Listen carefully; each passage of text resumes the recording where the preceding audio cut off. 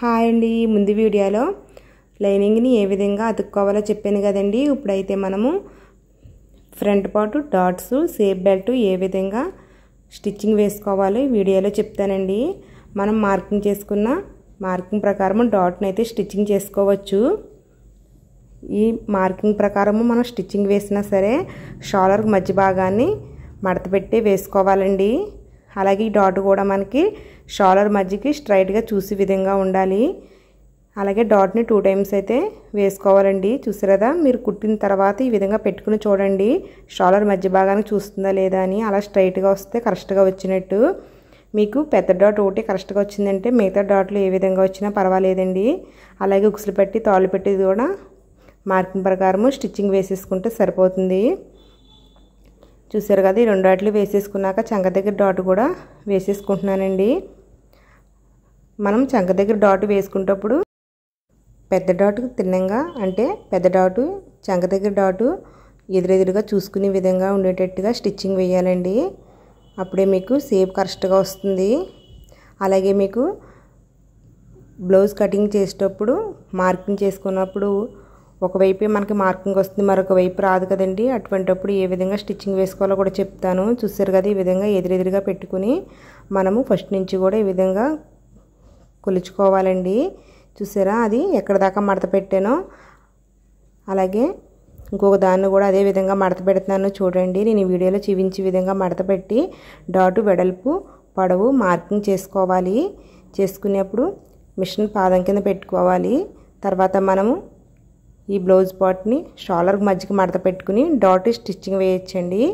మనకు మార్కింగ్ లేకపోయినా సరే ఈ విధంగా వెడల్పు పొడవు మార్కింగ్ చేసుకుని అప్పటికప్పుడు కూడా స్టిచ్చింగ్ వేయచ్చు. నేను ఆది బ్లౌజ్ తోటి అయితే అప్పటికప్పుడు వేసి ఈ విధంగానే స్టిచ్చింగ్ వేసిస్తూ ఉంటాను. అదేవిధంగా మనము తాళ్ళు పట్టి ఉక్సులు పట్టి దగ్గర డాట్స్ను కూడా పొడవునైతే మార్కింగ్ చేసుకోవచ్చండి. వెడల్పు వచ్చేసి ఏ సైజు బ్లౌజ్ వరకు అయినా సరే 1/2 ఇంచు వెడల్పు సరిపోతుంది. వెడల్పు అయితే మార్కింగ్ చేసుకోవాల్సిన అవసరం లేదు, పొడవు ఒకటి చూసుకుంటే సరిపోతుందండి. ఉక్సులు పెట్టి దగ్గరది చంక దగ్గరది. అదేవిధంగా చంక దగ్గరది కూడా మనము షోల్డర్ వైపు భాగాన్ని అంగుళం వెడల్పు ఎక్కువ వచ్చే విధంగా మడత పెట్టుకోవాలి. అలాగే చూసారు కదా, పెద్ద డాట్ చూసి విధంగా మడత పెట్టుకున్నాను. ఈ విధంగా మడత పెట్టుకుని చంక దగ్గర డాట్ వేసుకోవాలి. పొడవు వచ్చేసి మనం ఆల్రెడీ స్టిచ్చింగ్ వేసుకున్న దాన్ని బట్టి పెద్ద డాట్కి చంక దగ్గర డాట్కి ఎంత దూరం ఉందో చూసుకుని ఈ విధంగా స్టిచ్చింగ్ వేసుకుంటే మీకు సేమ్ మనము ముందు కుట్టిన ఫ్రంట్ పార్ట్ లాగా ఇది కూడా సేమ్ వస్తుందండి. 2 కూడా ఈక్వల్గానే వస్తాయి. ఇదే విధంగా మీరు ఆది బ్లౌజ్తో కూడా అప్పటికప్పుడు మార్కింగ్ చేసుకుని కూడా ఫ్రంట్ డాట్ స్టిచ్చింగ్ వేయవచ్చు. అలాగే ఇప్పుడు వచ్చేసి షేప్ ముక్కలు అండి. మనకు షేప్ ముక్కలు వచ్చేసి 6 పీసెస్ కట్ చేసుకున్నాను. మనకు ఒక్కొక్క షేప్ ముక్కకి 3 పీసెస్ కావాలండి. అయితే నాకు లైనింగ్ పీసులు 3 కట్ అవ్వాయి, అలాగే బ్లౌజ్ పీసులు 3 వచ్చాయండి. ఈ 6 పీసెస్ తోటి నేను షేప్ ముక్కలను అయితే 2 షేప్ ముక్కల్ని స్టిచ్చింగ్ వేసుకుంటాను. ఫస్ట్ అయితే 3 షేప్ ముక్కల్ని తీసుకుంటున్నాను. తర్వాత బ్లౌజు ఫ్రంట్ పార్ట్ని తీసుకోవాలండి. తీసుకున్న తర్వాత మనకి ఒక పీస్ని అయితే పైన వైపు 2 పీసులను అయితే అడుగున వైపు పెట్టుకుని స్టిచ్చింగ్ వేస్తున్నాను.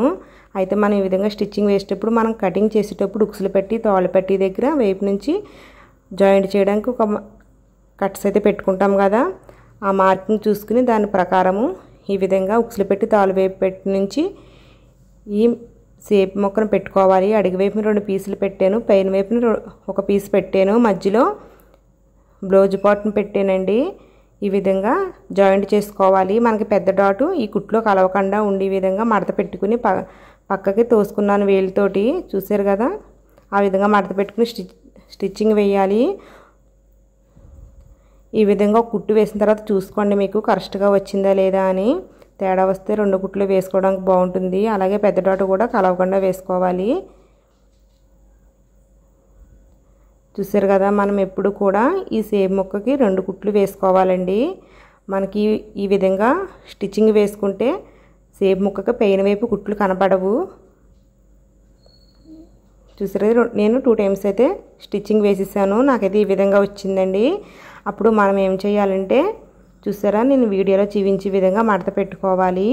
ఈ షేప్ ముక్కల మధ్యలోకి బ్లౌజ్ పార్ట్నంతా ఈ విధంగా మడత పెట్టేసి మధ్యలో ఇది వంచేసి ఇటుపక్క కూడా కుట్టు వేసేసుకోవాలి. అప్పుడు కుట్టి వేసుకున్న తర్వాత మనం తిరగవేసేసుకుంటే సరిపోతుంది.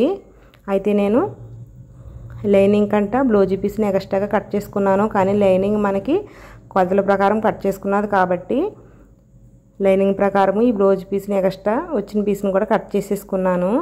తర్వాత కుట్టు వేసుకోవాలండి. అలాగే మనము ఈ కుట్టు వేసుకున్నాక మనకి కొలత ప్రకారం సేఫ్ బెల్ట్ వస్తుందా లేదా అని కూడా మీరు చూసుకోవాల్సి ఉంటుంది.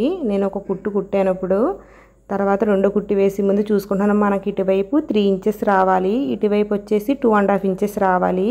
కానీ నాకు ఇటుపక్క అటుపక్క కలిపి 1/4 ఇంచ్ ఎక్స్ట్రా వచ్చిందండి. కాబట్టి ఇంకో కుట్టు వేసుకుంటప్పుడు సరి చేసుకుంటాను. చూస్తారు కదా నేను ఆల్రెడీ వేసిన కుట్టు ఇది. అయితే 1/4 ఇంచ్ లోపలికి వేసుకుంటే మనకి సేఫ్ బెల్ట్ పొడవు తగ్గుతుందన్నమాట. మరి సేఫ్ బెల్ట్ పొడవు ఎక్కువైపోయినా పొట్ట మీదకల్లా వస్తుందండి. వేసుకున్న తర్వాత బ్లౌజ్ వేసుకున్న తర్వాత కిందకల్లా వచ్చేసినట్టు ఉంటుంది. కాబట్టి మనం కొలత ప్రకారము ఎంత ఉండాలో అంతే పెట్టుకోవాలి. ఈ ఎక్స్ట్రా పీస్ని కట్ చేసేసుకున్నాను. మనం ఎప్పుడు కూడా సేఫ్ ముక్కలకి కింద పైన కూడా 2 టైమ్స్ అయితే కుట్టు వేసుకోవాలి. ఈ విధంగా కుట్టు వేసుకున్న తర్వాత దీన్ని తిరగవేసేసుకుంటే సరిపోతుందండి. మనకి సేప్ ముక్కలకి కుట్టు అయితే కనిపించదు, చాలా నీట్గా ఉంటుందండి. ఫినిషింగ్ అయితే బాగా ఆనుతుంది. చూసారు కదా కుట్టు ఎక్కడ కనిపించకుండా నీట్గా వచ్చింది. అదేవిధంగా ఈ క్లాత్ ఎక్కువగా పీస్ వచ్చేస్తుంది. అలాగే ఎంత ఇస్త్రీ చేసినా సరే నుడతల కింద కూడా ఉన్నదండి. అందుకని నేను ఎక్స్ట్రా వచ్చిన పీస్ని కట్ చేసేసుకున్నాను. ఈ విధంగా స్టిచ్చింగ్ వేసుకున్న తర్వాత మీకు ఇంకొక పార్ట్కి అంటే దీన్ని కూడా ముందులాగే స్టిచ్చింగ్ వేసుకుంటాను. కాకపోతే మీకు తిరగవేయకుండా ఏ విధంగా కుట్టొచ్చో కూడా చెప్తానండి. అలాగే మనం మార్కింగ్ పెట్టుకున్నాం కదా, ఆ మార్కింగ్ ప్రకారమే ఈ విధంగా ఉక్సులు పట్టి నుంచి స్టార్ట్ చేయాలి. అంటే సేపు ముక్క ఉక్సులు పట్టి తోలు పట్టి దగ్గర వెడల్పు ఒకలాగా ఉంటుంది, చంకవైపు భాగం దగ్గర ఒకలాగా ఉంటుంది. కాబట్టి మనము ఉక్సులు పట్టి తోలు పట్టి దగ్గర కుట్టేటప్పుడు ఆనవాళ్ళకి ఒక మార్కింగ్ పెట్టుకోవాలి. కట్ చేసేటప్పుడు ఆ మార్కింగ్ ప్రకారం స్టిచ్చింగ్ వేయాలి. చూసారు కదా నేను పెద్ద డాట్ని ఈ విధంగా మడత పెట్టి స్టిచ్చింగ్ వేస్తున్నానండి. ఈ కుట్లోకి పెద్ద డాట్ని కలపకూడదు, కలిపేమంటే సేపు సరిగ్గా రాదండి. అలాగే మనకి ఆల్రెడీ కుట్టుకున్న దాంతో పొడవు కొలుచుకోవాలండి మనం రెండోది కుట్టేటప్పుడు. చూసారు కదా నేను వీడియోలో చూపించే విధంగా నేను మార్కింగ్ పెట్టుకున్నాను ఉక్సులు పెట్టి తోలు పెట్టి దగ్గర ఈక్వల్గా మడత పెట్టుకోవడం కోసము. అలాగే ఇటు సైడ్ కూడా చూసుకుంటున్నానండి. చూసారు ఇటు సైడ్ అటు సైడ్ నేను మార్కింగ్ చేసుకున్నాను. ఆ మార్కింగ్ ప్రకారము ఈ సేపు ముక్కనైతే ఈ విధంగా మడత పెట్టేసుకుంటానండి. అటు చివర్లు ఇటు చివర్లు మడత పెట్టేసుకుని పైన కుట్టి వేస్తే సరిపోతుంది. మీకు తిరగవేయడం ఇబ్బందిగా అనిపిస్తే కనుక ఈ రకంగా మడత పెట్టి కూడా స్టిచ్చింగ్ వేయవచ్చు. మీకు సేపు ముక్కలు రెండు రకాలుగా చెప్పాను. మీకు ఏది సింపుల్గా అనిపిస్తే అది వేయవచ్చు. అలాగే ముందు వీడియోలో ఇంకొక రకం కూడా చెప్పానండి, ఆ వీడియో కూడా చూడండి. మీకు నచ్చితే ఆ విధంగా కూడా స్టిచ్చింగ్ వేయవచ్చు. అలాగే మీకు ముందు వీడియోలో ఆది బ్లౌజ్తో కటింగ్ స్టిచ్చింగ్ పెట్టానండి. ఇప్పుడైతే 36 సైజ్ బ్లౌజు కొలతలతో పెడుతున్నాను.